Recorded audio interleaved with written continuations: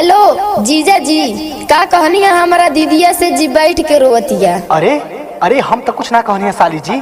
कुछ ना कहनी है, दीदिया से शादी खातिर दहेज ना मांगनी है और वो कम ना 12 लाख के कार चाहिए। अरे तो का गुना कह दनी है। अरे शर्म नहीं खे आवत तुहरा? लव मैरिज में दहेज ना चलेला। शादी करे के बाद जाके कोर्ट में कर, 1 रुपया दहेज ना दिया। अरे का कहलू हो? शर्म शर्म तो तोहरा दीदिया के ना आवे के चाहिए। 5 साल से जौन हमार खून चूस चूस के खर्चा करा रहल बाड़ी, बाबू ये खरीद दो, बाबू वो खरीद दो, उहे खर्चवा नु मांगतानी। आई रे माई, ई का सुनतानी? दीदिया के तो करम फूट गईल। करम फूट गईल।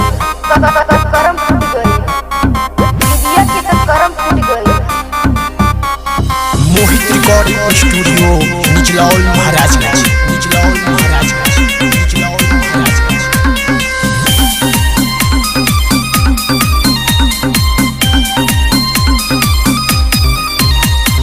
चार साल से माजा मारा तारा तू उधार में, काहे तू दहेज जीजा मांगे ला बेकार में? काहे अपन मन भटकौले बड़ा कार में? कौन खुशी मिले नहीं दीदिया के प्यार में? 2 कट्ठा जमीन दा अपना बहिन दा, 2 कट्ठा जमीन दा अपना बहिन दा। 4 साल से माजा मारा तारा तू उधार में, काहे तू दहेज जीजा मांगे ला बेकार में? काहे अपन मन भटकौले बड़ा कार में? कौन खुशी मिले नहीं दीदिया के प्यार में? 2 कट्ठा जमीन दा अपना बहिन दा, 2 कट्ठा जमीन दा अपना बहिन दा।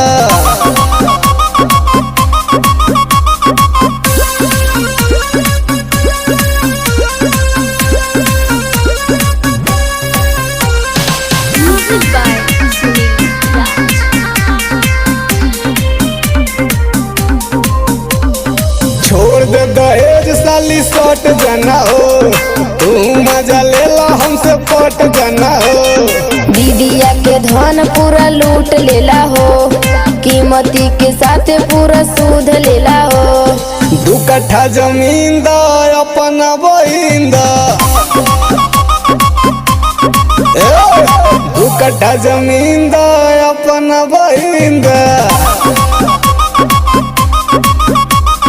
4 साल से माजा मारा तारा तू उधार में, काहे तू दहेज जीजा मांगे ला बेकार में? काहे अपन मन भटकौले बड़ा कार में? कौन खुशी मिले नहीं दीदिया के प्यार में? 2 कट्ठा जमीन दा अपना बहिन दा,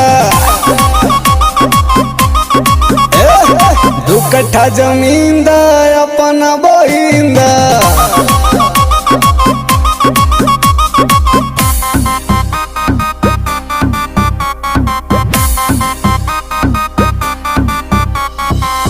मोहित रिकॉर्डिंग स्टूडियो निचलौल महाराजगंज।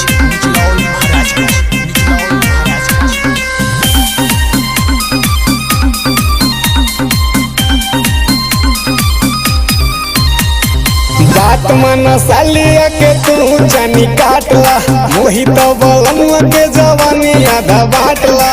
देखिला तू जीजा ज्यादा बन तारा हो, हमरो के अब तंग कर तारा हो। 2 कट्ठा जमीन दा अपना बहिन दा, 2 कट्ठा जमीन दा अपना बहिन दा।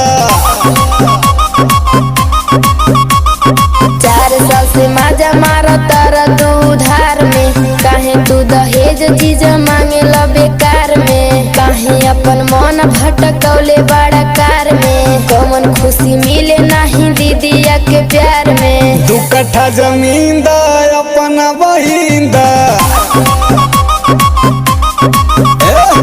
2 कट्ठा जमीन दा अपना बहिन दा।